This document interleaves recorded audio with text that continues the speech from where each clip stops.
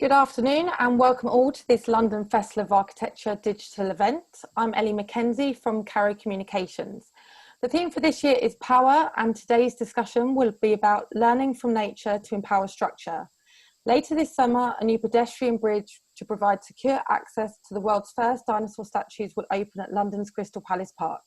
Today, the team behind the project will talk about the history of the iconic site, the learning potential for design and architecture from nature and natural forms, and how this project will help bring the story of science and its artistic representation to life. Today, we are joined by Mike Tonkin, Director of Tonkin Loo, Eleanor Michel, Chair of Friends of Crystal Palace Dinosaurs, Stuart Chambers, Senior Structural Engineer at Arup, and David Knight, Director at Cake Industries. Throughout the discussion, I encourage you to ask questions in the comment box, which we will then ask to the panelists at the end of the discussion. And now I will hand over to Eleanor. Thank you, Ellie. It's really a pleasure to welcome you guys here today because it's a very exciting time for the Crystal Palace Dinosaurs. And my role is just to spend a few minutes setting the stage. And I wanted to tell you, for the few people who might not know what the Crystal Palace Dinosaurs are, we have Mike's just bringing the slides up. Thank you. Many of you know that the world's first great exhibition in 1851 was a beautiful building called the Crystal Palace. It's then rebuilt in South London. Can we bring up the first? I don't think I have control of these. Right, okay, there we go. This is an engraving from 1854, a slightly fanciful illustration of what Crystal Palace Hill with the beautiful glass house on the top of the hill looked like, more or less. Much larger than the installation in Hyde Park that had been built in 1851 and then taken apart and reassembled on the top of the hill. This building was perhaps one of the most influential in architecture of the time, and its effects are still being echoed today. And the project that we're doing is actually part of that echoing process, not perhaps so much in the design of the actual structure of this beautiful bridge, but in the aspect of learning from nature and reflecting that in the form of the built infrastructure. So that's the building at the top and the massive fountains that you see cascading down. We'll just sort of ignore those for a moment. But at the lower end of the screen, what you'll see is some large forms of dinosaurs and then small people walking just along there. And today, that still exists. Those sculptures were built at the time, 1854, and there are over 30 of them. The pride of the sculptures is on a series of islands, normally kept from the public and best viewed from far away. But we need regular access in order to maintain this historic asset. So next slide. And here they are, in the background, the lumbering land dinosaurs, in the foreground, some marine reptiles, and these beautiful structures, which are classified as buildings, but also are sculptures in and of themselves. And Friends of Crystal Palace Dinosaurs is dedicated to conserving this beautiful set of sculptures, built by an artist and sculptor named Benjamin Waterhouse Hawkins. We could have the next slide, who wanted to convey basically a new idea in Victorian times of visual learning. And what you see here is a sketch from Waterhouse Hawkins, where he shows from left to right, younger to older in a geologic time series, which is basically a geologic walk through time. And he constructed this site as experiential learning, is a fancy term we would use today. At the time, he coined the phrase of visual education. Taking that one step further, here's another sketch of his, where you can see the deepening of the message. So the idea is you first walk through and experience this site as a kind of an entertainment, edutainment, but then as you learn more and feel more about it, there are layers of science and history and art that are revealed through that. And this is Waterhouse Hawkins' sketch that shows a bit of the geology, the names of the animals involved, and tells you a bit about all of these things in the site. Okay, next slide. Next slide. So the sculptures are still there today. There are 30 of them out of the original 33.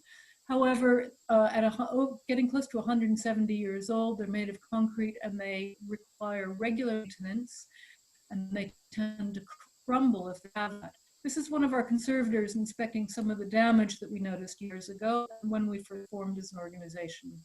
Next slide. Next.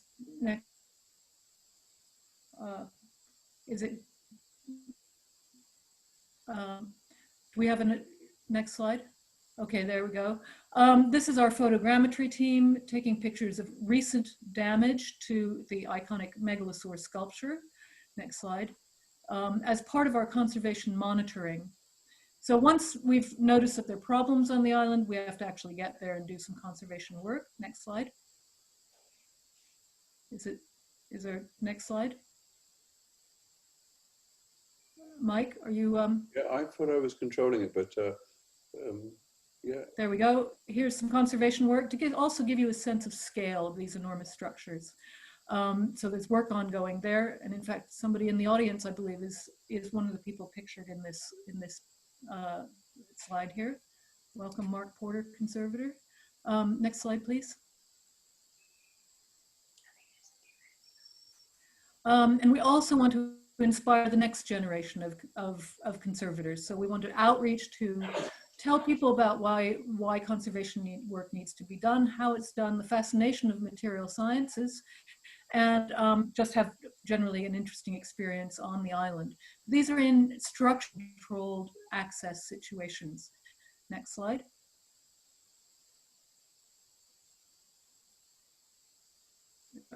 We need another slide. Have you pushed the next slide? Is there another slide? Yeah. There we go. We also do volunteer engagement through, oops, it's okay, don't worry about it since it's a bit of a problem. That was a picture of people gardening. We have teams of people who go and do a volunteer engagement gardening project on the islands. And then I want to reflect back to the original source of design and inspiration. And in Victorian times, there was a discovery of a fabulous water lily called the Victoria Regina. And here it became a fascination of Victorian culture, the flower of empire occasionally called, etc. Next slide. And we now take this inspiration, well, the inspiration was taken by Joseph Paxton for the actual building of the Crystal Palace. Next slide. And it was a sort of a beginning of that moment of using the natural world as an inspiration for form. So we had a problem that the access to the islands was removed a number of years ago, about 3.5 years ago. And we're not able to do conservation outreach or the other work that needed to be done on the island. And so we approached our friends at Tonkin Loo and said, can we build a small pedestrian bridge to solve this problem? And we found a way to fund that through an offer of a grant that had to be, was a competitive grant through the Greater London Authority, the GLA. And that required crowdfunding, and we had enormous outswell of support. We had actually over 600 and I think it was 30 people who contributed not only to this crowdfunding platform here through an auction, and then we also had a number of businesses that contributed and have worked together since. So we had considerable pro bono from major organizations, including Tonkin Loo, including Arrow, including Cake Industries, and then a number of other support sources. And of course, we also reached a pretty great deal of fame when we had celebrity support from Slash, from Guns N' Roses, who loves the dinosaurs and was supportive of our campaign and brought in lots of new followers for the Crystal Palace Dinosaurs. The people who are doing the real work here, the architects, engineers, and fabricators. Thanks. Thank you, Eleanor. So I'm going to kind of run you through the sort of context of, in a way, Eleanor sort of set the scene there that this project's very much about kind of learning and teaching. And actually, as teachers, we learned a lot through teaching at Westminster, where we ran a master's unit, where we were teaching particularly the technique we developed with Arup 10 years ago called shell-lace structure. That had a kind of evolution of its own and led to sort of many projects. It's recently led to a few of the students who were our students at the time. So Alex Woolgar, he was the project architect for Hull Solar Gate, that sort of tells particular moments in Hull's history through those oculuses that are in the perforated skin. He was also the project architect for the stent that we took a patent out for a few years ago, which is for the trachea. And Matt Burnett was the project architect for the Swing Bridge, but is also the project architect for Manchester. This is a picture from the Manchester Evening News a couple of weeks ago. This will be what it's like in a couple of months. And then this is what it'll be like in January when the wall gets added. So shell lace has led to a kind of number of projects. And when Eleanor first asked us to look at the project, we had to kind of just come up with a solution that would kind of put the bridge into context with the dinosaur. So this was where the existing bridge used to be.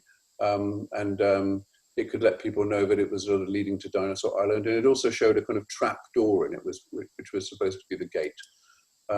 So when we finally found the project was real and the fundraising had been spectacularly successful and the GLA had given its support too, then we almost sort of started again. And each of our projects is always a story. And in a way, in the first part of our process, which we call asking, looking, playing, making, the asking bit is trying to find the riddle.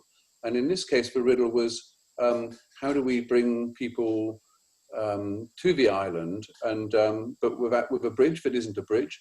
And how do we bring people sort of closer to nature in the way that they kind of understand the context of the dinosaurs? And also, is there something we can do that kind of learns from that context? So this is a singing green tree from many years ago.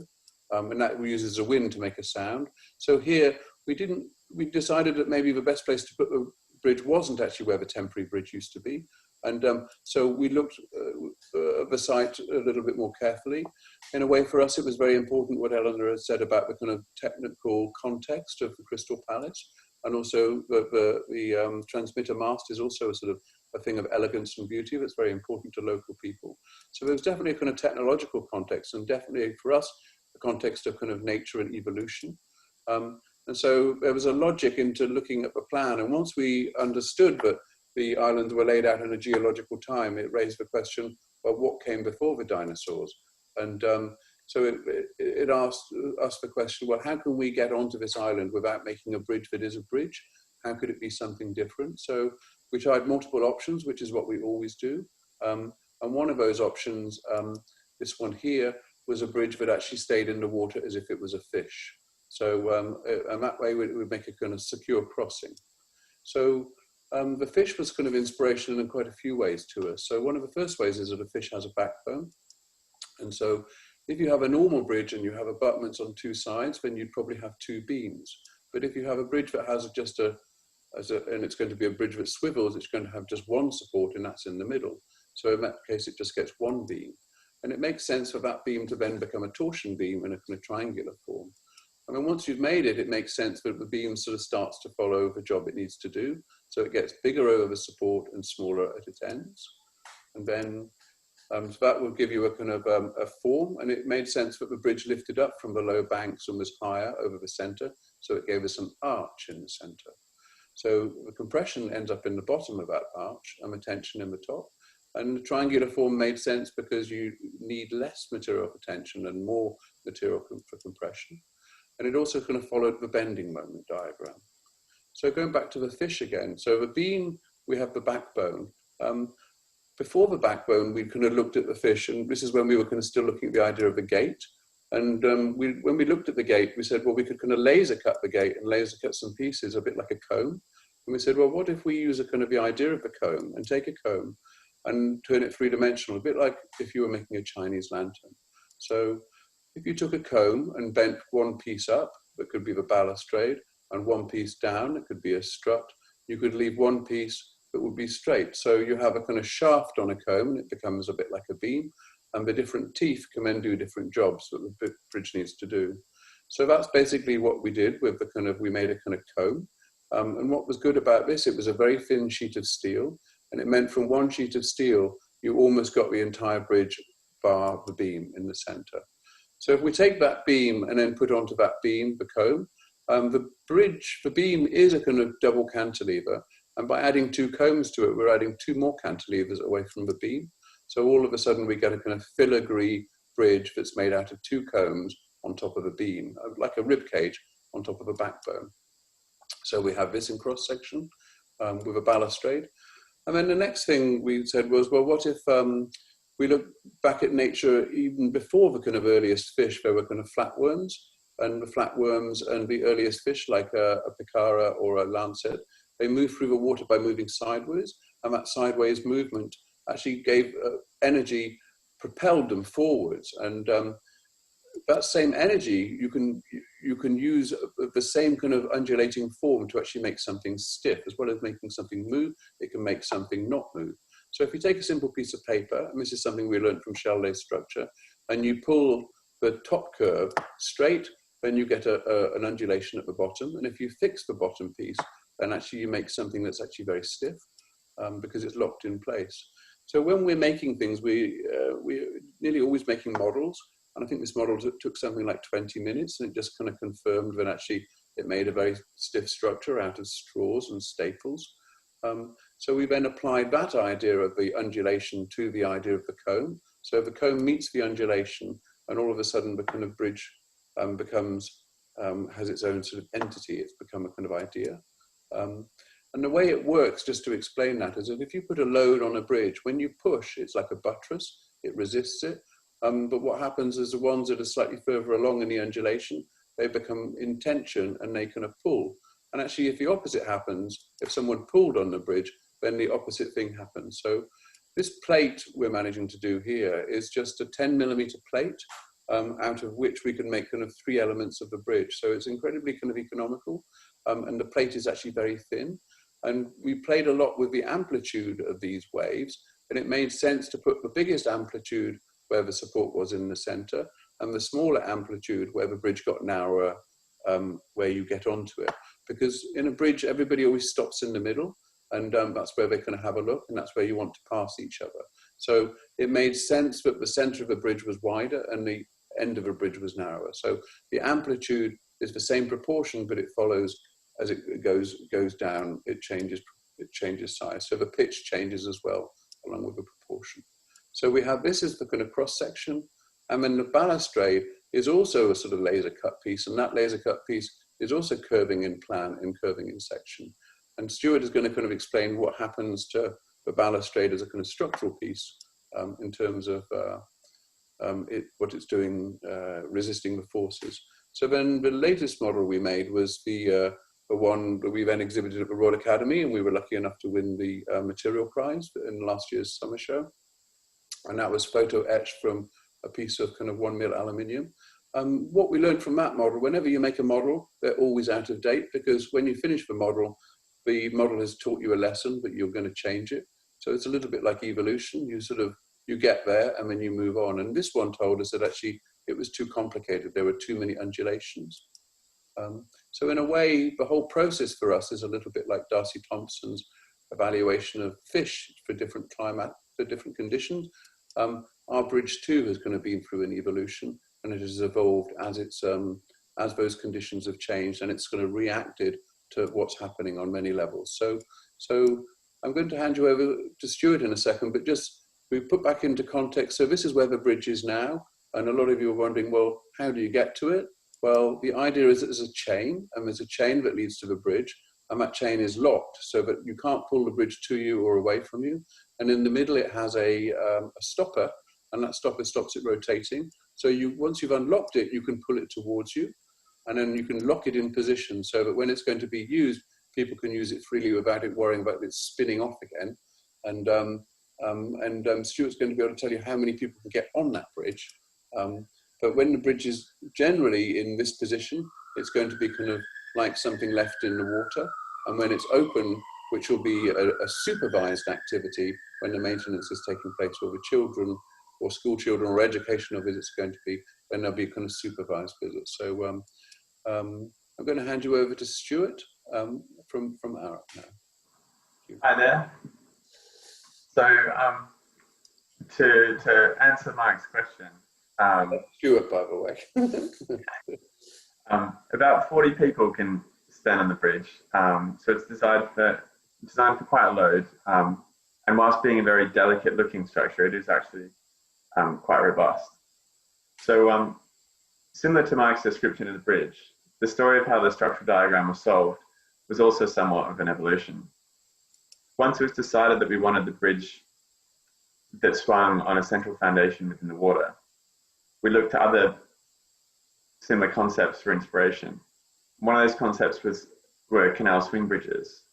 Unfortunately, we found that the bearings used on these bridges, whilst long lasting, wouldn't allow for a tension on one side of the bearing, utilizing different means to resolve that. And as we wanted the least complexity possible for this bridge, our search continued, and we were soon led to a bearing known in the industry as a slewing bearing. This is a picture of it here. It's essentially a sealed cartridge bearing, similar to what you'd find on an excavator. This type of bearing could generate the overturning resistance needed and would allow a single foundation in the water to be used. It required little maintenance and could be replaced if needed. And it could, of course, rotate on a plan through 360 degrees. Back one slide, sorry, Mike. Sure. The diameter of the bearing was of great importance to Tonkin Loo, as its size could have considerable impacts on the visual aesthetic of the bridge. As a structural engineer, larger diameters were preferred for the bearings because this gave a stiffer support and with the larger lever arm would lend itself to less connection force. But as you'd imagine, it was a case of the smaller the better for anyone interested in the visual aesthetic of the bridge, which did include us as the engineer, funnily enough. So we managed to get a modest bearing size of 470 mil to work, this being the smallest size we could achieve for the bearing before we started to need specialist connections between the bridge and the foundation. Once we'd agreed on the bearing size, our focus turned to the bridge itself. We wanted to allow Tonkin Loo the greatest level of freedom when it came to finding the exact form of the bridge they desired. As you'd imagine, a small tweak in the geometry could have a significant impact on forces within the bridge. Tonkin Loo could easily sketch up hundreds of forms, and we'd of course need to check all these forms. So we created a parametric script using Rhino and Grasshopper and a plug-in geometry gym that would allow us to talk to our analysis software and rapidly generate a host of different bridge forms, which then allowed us to inform an envelope which Tonkin Loo could use to derive their most desired bridge form. Once we honed in a solution that we all liked, we could then undertake a very thorough analysis of the bridge to ensure that the bridge would not be overstressed and would, of course, be comfortable when you walked across it, so that it wasn't too bouncy if you walked across it. Next slide, please, Mike.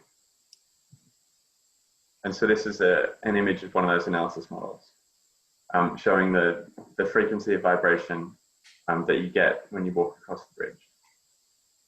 So then the next slide, please.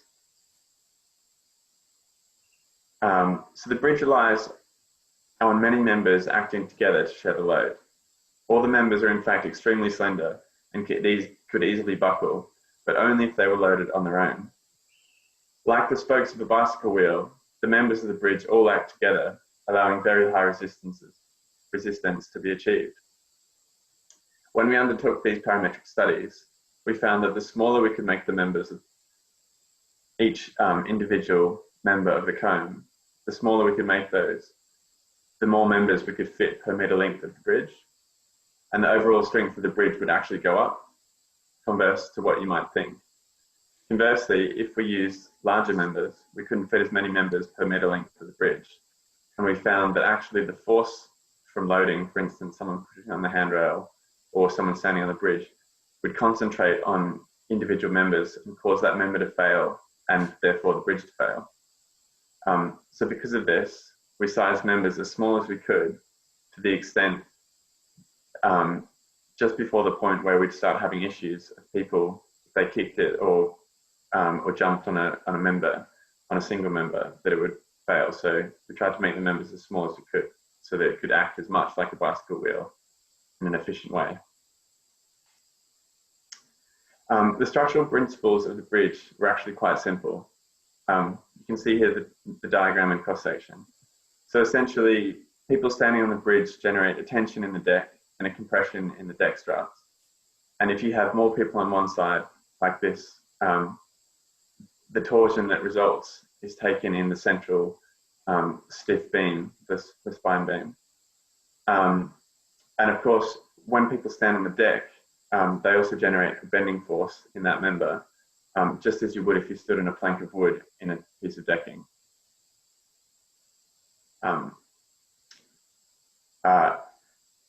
So the form of the bridge was tailored to match the forces.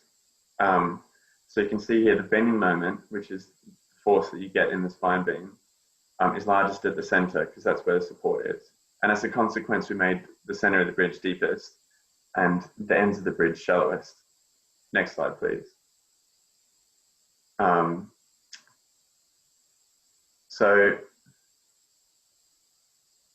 The trickiest bit for us came about when we tried to understand how we generate stiffness and strength in the handrail. In section here, it's much easier to understand. Basically, when you push on the handrail, you get a push-pull in the balustrade struts. This force then makes its way through the stiff central beam and into the foundation and the ground. Next slide, please. Next slide. But as it wasn't possible to resolve this push-pull on a single point, we used the waveform of the bridge to provide the ability to generate this push-pull in a third dimension along the bridge length. And this was achieved by utilizing the Vierendeel bending resistance of the balustrade members to take the force in the tension zones below where you'd push the handrail and allow that force to move to the compression zones. In effect, we were creating a similar load path to what you'd get if you had a solid skin of steel for the balustrade infill. And if you go back one slide, please, Mike. And this shows how out of balance load is handled within the bridge. So the bearing essentially takes the force from the central beam and allows it to be transferred through the bearing into the foundation, which offered a really robust means of resisting load for this bridge. So if, for instance, someone tried to swim out into the water and then jump on the end of the bridge when it wasn't gaining support from the banks, then they couldn't break it. And equally, because of that, when it swung into the bank position, we didn't actually rely on a foundation at the bank. So it means less foundations to dig and a simpler, more robust means of constructing the bridge. So that's it for me. I'll hand over to Dave. Thanks, Stuart, and interesting to hear from both Mike and Stuart about the background and the story behind this structure. Mike, if we go on to the first slide of mine, please.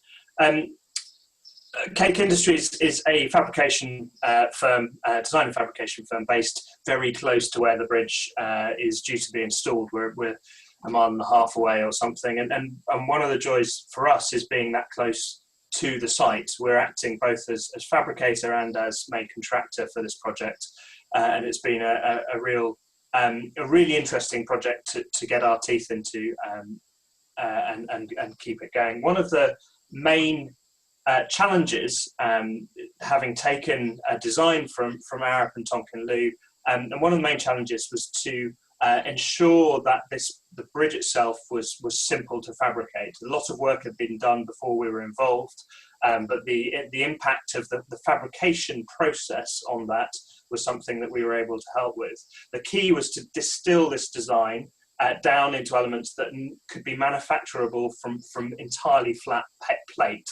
And the only point in this project where we added any heat or added any mechanical aspect to the bending to create the curved form was in this cone structure. We ordered several tons worth of flat 10mm thick cut laser cut plate and water jet cut plate from a supplier, MTech, which arrived on a large pallet in our workshop. Next slide, please, Mike. This was then formed manually to create the sculptural forms that are required to create the shape of the deck. This bending process was something that the prototype that you saw earlier was key in generating a way of doing it. It involved using an oxyacetylene torch. Next slide, please, Mike.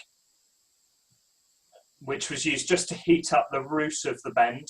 And you can see here some of our workers heating up the root of the bend to just over 600 degrees. That gave the leg of the comb, or the tine of the comb, enough flexibility that it could be moved by hand. And if you go to the next slide, please, Mike, you can see this being bent into place to match a template. And this gradual process allowed us to move along a laser cut comb. Next slide, please. And generate these 6 pieces, comb-like pieces that match the sculptural form that we were getting in the model from Tonkin Learn from Arup. Next slide. These pieces were then brought onto the central spine beam, which had also been fabricated in our workshop, and you'll see more of the fabrication process in the video that we'll show at the end. They were brought up and welded onto the central spine, and then if you go to the next slide, Mike, this was then finally finished. All of the tines finally moved into their final position with the handrail added on top. And everything was dry fitted in our workshop. Next slide, please, Mike. This was about a 2-month process in the workshop, and one of the great joys for us at Cake Industries was getting our staff who live locally involved in fabricating a project that will be part of a local park for many years to come, we hope. So here they are. This is Marnie on the left, Quinn, Ed, James, Ollie and Carwyn, all of whom were keen and excited to be working on this project. Next slide, please, Mike. One of the really interesting things from our point of view was that this bridge did not have a standard protective coating. Normally on a bridge you would put a very high specification paint finish to keep it protected from corrosion over time. In this case, we worked very hard to make sure that the bridge could be hot dip galvanized in one piece. So the bridge is 8 meters long and about 1.7 meters tall. And that meant that it was just small enough that it could fit in the longest galvanizing bath there is in the UK. And so this is it being dipped in one piece into the galvanizing bath in Chesterfield. And if you go to the next slide, Mike, this is it after it had been removed. And this process of finishing means that in one leap, one process, we can create both the decorative and the protective finish to the piece of structure. It only just fit in the bath, so we were very, very tight on tolerances and on shape and size. But we're delighted with the output and the quality of the finish is very good.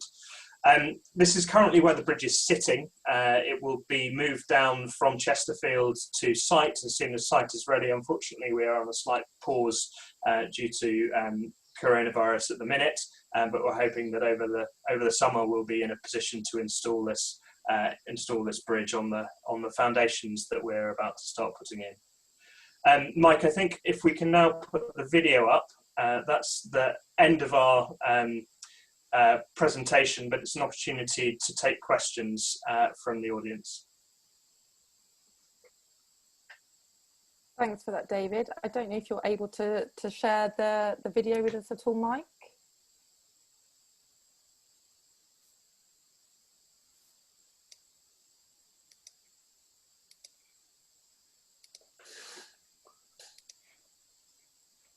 We have a couple of questions in already, but if anyone else would like to ask questions, then do feel free to ask them in the comment box, and we can read them out for the panelists.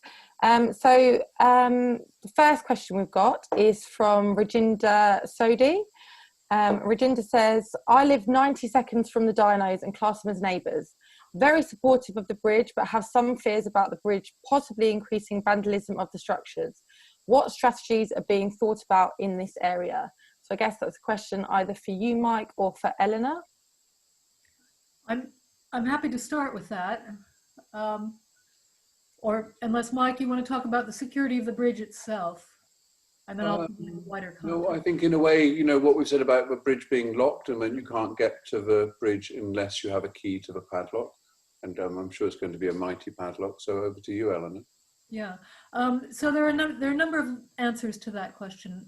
So the first piece of context is that there has always been pedestrian access of a bridge to the Dinosaur Islands until it was removed in 2016, 17, when the hydrology works were done. So there have been ways to get onto the island.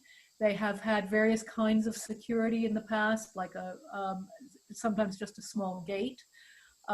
In the distant past, when there was a zoo, the entrance to the island was through the penguin cages. So people didn't go that way, but you could easily get there. And access, basically foot access, is needed to do things on the island. Otherwise, the site will just completely crumble. And that has a two-sided need. One is the actual physical processes of doing grounds work and working on the sculptures. And then the other is outreach for people to have a feeling of ownership of the island itself. And that's become more and more important these days than it was in the past, when responsibility was just taken over by, for example, the council or some governing body. But now things really fall into a public sphere. And you have to have really a groundswell of support from the public and a sense of ownership for things to take off. So in the process, we're reinstating an access that has always been there, that is lockable. We also, for the first time, will be have an agreed protocol for access and numbers of people at a time, number of people over the year, basically a method that's been agreed. And that draft agreement was part of our application to Historic England, who are very sensitive to the fact that the islands themselves are not designed to have lots of people on them at lots of moments in time. Then there's also the real world constraint that in order to get funding to work on the sculptures and to maintain them, you have to have access, because no funder is going to actually give you funding for a site that you can't get to and where the maintenance won't be carried on in the future. So that's the background aspect of why we actually need to have that bridge reinstated. The question of vandalism is really a salient one at the moment, since we've just had some very serious vandalism on the island, or at least it seems that way. But that is combined, the sensitivity of those sculptures is combined with the fact that they become increasingly delicate if they're not maintained. So the reason that Megalosaurus sculpture fell apart, you saw the problem with its head in one of my early slides, is because there hasn't been maintenance done over the last 18 years or so on, well, yeah, approximately 18 to 20 years. So had the maintenance been done, the occasional incursion onto the island would probably be able to be maintained, and people also, with a sense of ownership, with a sense of sort of civic of pride, will put the pressure on keeping people off of it. So the idea is that you give a sense of ownership to local people, and we found that actually does work. In that when there are incursions on the island, we get told on social media, and we can do something about it. And we've been in consultation with the Met Police about how we can improve the security on the island. It's a tricky thing, and the fact is you can never keep everybody off the island, because it's anyone who's really intent on getting anywhere will get there. I mean, we know that the top of the shard has been accessed. So there's a certain point where you can't keep absolutely everybody off, but by creating a visible and delineated barrier and access, you improve security overall. And part of that security is the sort of the knowledge about it, the sense of ownership among the public that's in the area anyway. So I don't know, is that enough of an answer for your question? Great, thank you, Regina. Yeah. And the next question is from Kate McGreevy, and Kate asks, has a bridge like this ever been made before using the cone technique? And what is the largest span that this technique could be used on? So I guess that is a question for Stuart or Mike. So as far as we know, this is quite an innovative solution. We haven't seen it used before. In terms of the spanning capacity, so a lot of the spanning capacity is done through the central beam, the triangular extrusion.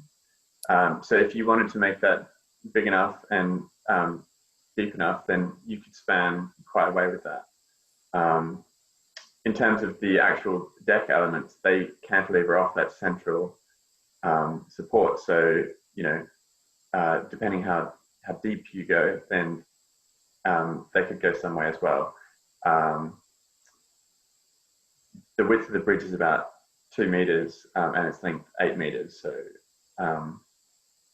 it's not the kind of form of construction you would use for a long span bridge across a river, for instance. But it was very suitable to this scale and offered the balance of, you know, creativity and innovation with achieving a very simple goal of getting people from one side to the other, whilst allowing people, not increasing the ability for people to be able to cross the waterway. Great, thank you, Stuart. And from Andy Scholes, I guess it's kind of a follow-on from that. Andy asked, there looks like there's a lot of fatigue points on the bridge. What inspection regime does the bridge need, and what is its design life? Fair enough. So tricky question from Andy. To date, the bridge has been designed to the NSSS, so the National Steelwork Specification. And so far we've done 10% of material particle inspection. So that's kind of a non-destructive way of testing if you've got any fatigue issues in the bridge. We checked the natural frequencies of the bridge to make sure that it wouldn't resonate with wind, for instance. So the kind of amount of load cycles you get from people walking over the bridge or from wind making the bridge move isn't enough to cause fatigue issues. And as David pointed out, we've made sure that this bridge could be galvanized. So it's expected that the bearing mast will need to be greased about every 12 months. But other than that, it should be maintenance free. You shouldn't need to paint it. There certainly shouldn't be any fatigue issues. The whole basis for the design was minimum maintenance. Great, and actually, Stuart, we've got another question for you from Deanna, and Deanna asked what software was used for the structural analysis diagrams. So we used diagrams I showed on my slides were just hand sketches, but the analysis software we used was Arab's in-house software. It's Oasis GSA. Great, thank you. And the next question is from Keith Brownlee, and Keith asks if you can speak a little bit about the abutment and the opening procedure. Shall I take that one?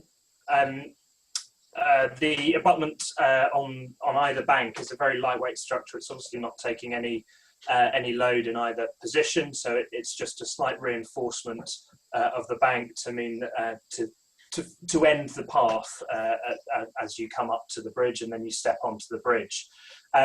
What the abutment does do is provide a solid point to hold the bridge from rotating as you're on the bridge. It has a steel hoop essentially with a pin that is dropped through and locks the bridge in position. In terms of opening procedure, and given the scale of the bridge, it's a very manual operation. The chain in its open position, i.e. the bridge is in the middle of the water, just sits on the bottom of the lake and is locked in position and locked off.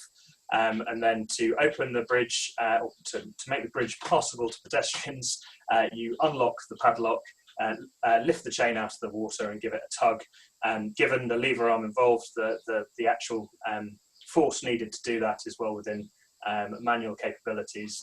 Pull the bridge around until it is appropriately aligned, drop the pin into the hole and locate it in place, and then wander across to the dinosaur bridge, to the Dinosaur Island. Great, thank you. And also, Keith also asks, what's the cost against area?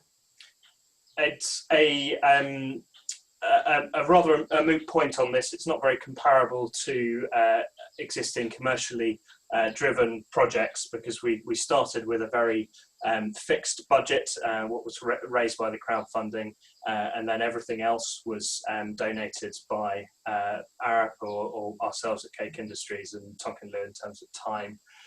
But it's comparable to equivalent sculptural footbridges, and given the cost and given the area, we're looking at about £7,000 to £8,000 a square metre. Thank you. And I've got a question from Mark Porter. With the water level changing, will this affect the bridge in any way? And finally, why was the location changed from its original position?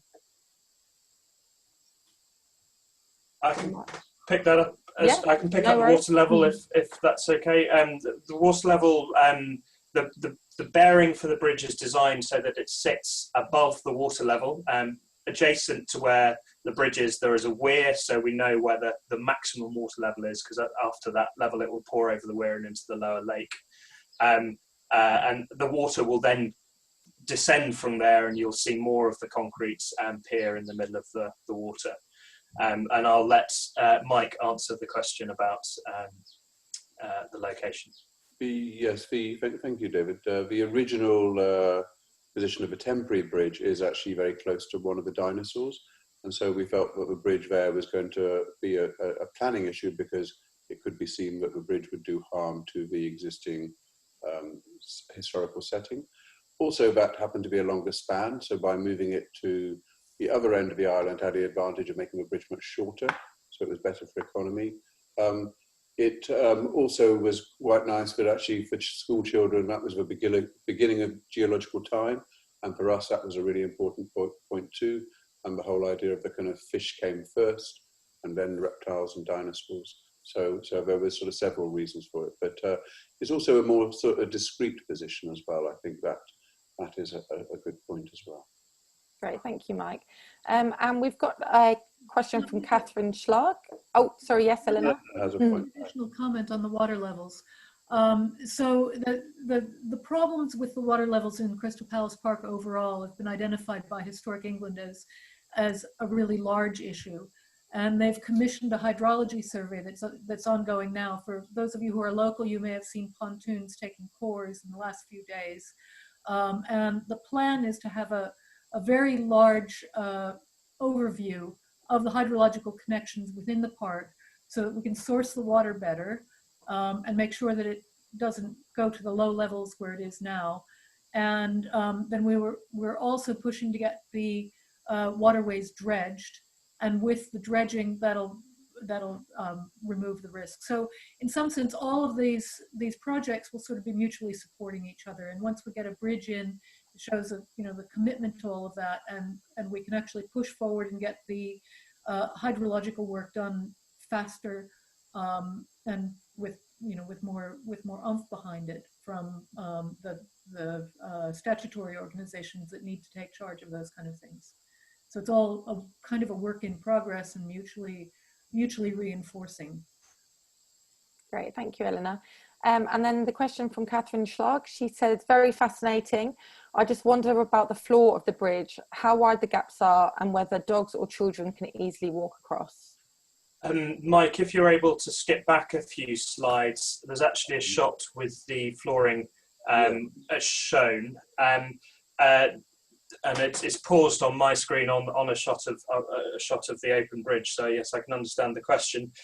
The intention is to add a there we go, an expanded metal mesh over the bridge itself, which is then clamped down to the lateral deck struts and held in place. So it will still be transparent, but you will be able to walk freely on the expanded mesh.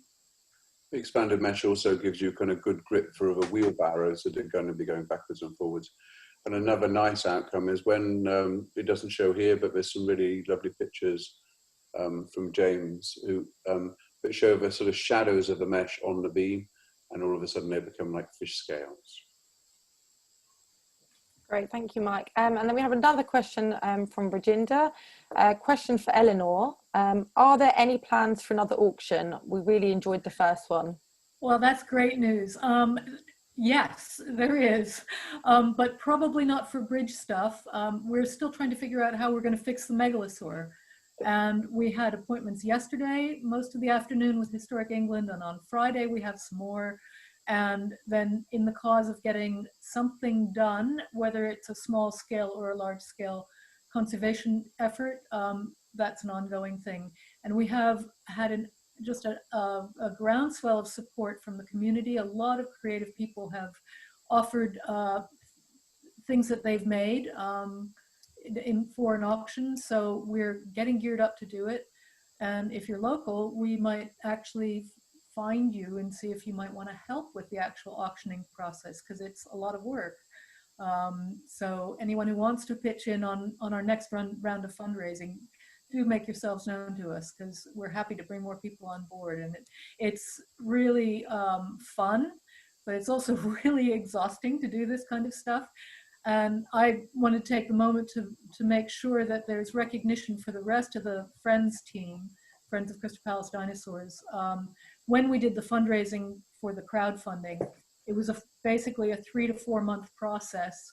And when we were in the intense 3 months of raising the funds, it was sometimes most of the day spent doing something around that. So crowdfunding is really not for the faint-hearted. If anybody suggests you to do it, it's fun, but it really takes a lot of energy. It builds your people. It's wonderful, but I would say that that's only because we had a really good team behind it, and a few of them are here now from the board. A few of them couldn't make it just at this point, but we've had they all deserve recognition. And I'd like to say especially Charlotte Whitewick is one of our board members who spotted the grant that was made available by the mayor, the GLA grant, and volunteered to do the first drafting of that and to run that. And I think she deserves credit, and it also should be emphasized to everybody that it just takes one person stepping forward and making a commitment to push on something to then start the ball rolling and make a bigger thing happening. So we had a number of other people, core people on the bridge team. Sarah's our social media person who brought it all alive to the public. And Alison Smith has been our project manager, who's been working basically for the last, whatever it's been, 14 months with our bridge team, meeting almost weekly on the topics of getting these things happening. So, and then the rest of our board as well. But it's really something that takes a lot of effort. So, yeah, sorry to make that a little bit of a bigger question than you wanted, but we welcome anyone who's got the energy to make things happen. Come join us. There you are, Radinda. You know that you can join them if you're interested. And then we've got one final question from Namra Sakib.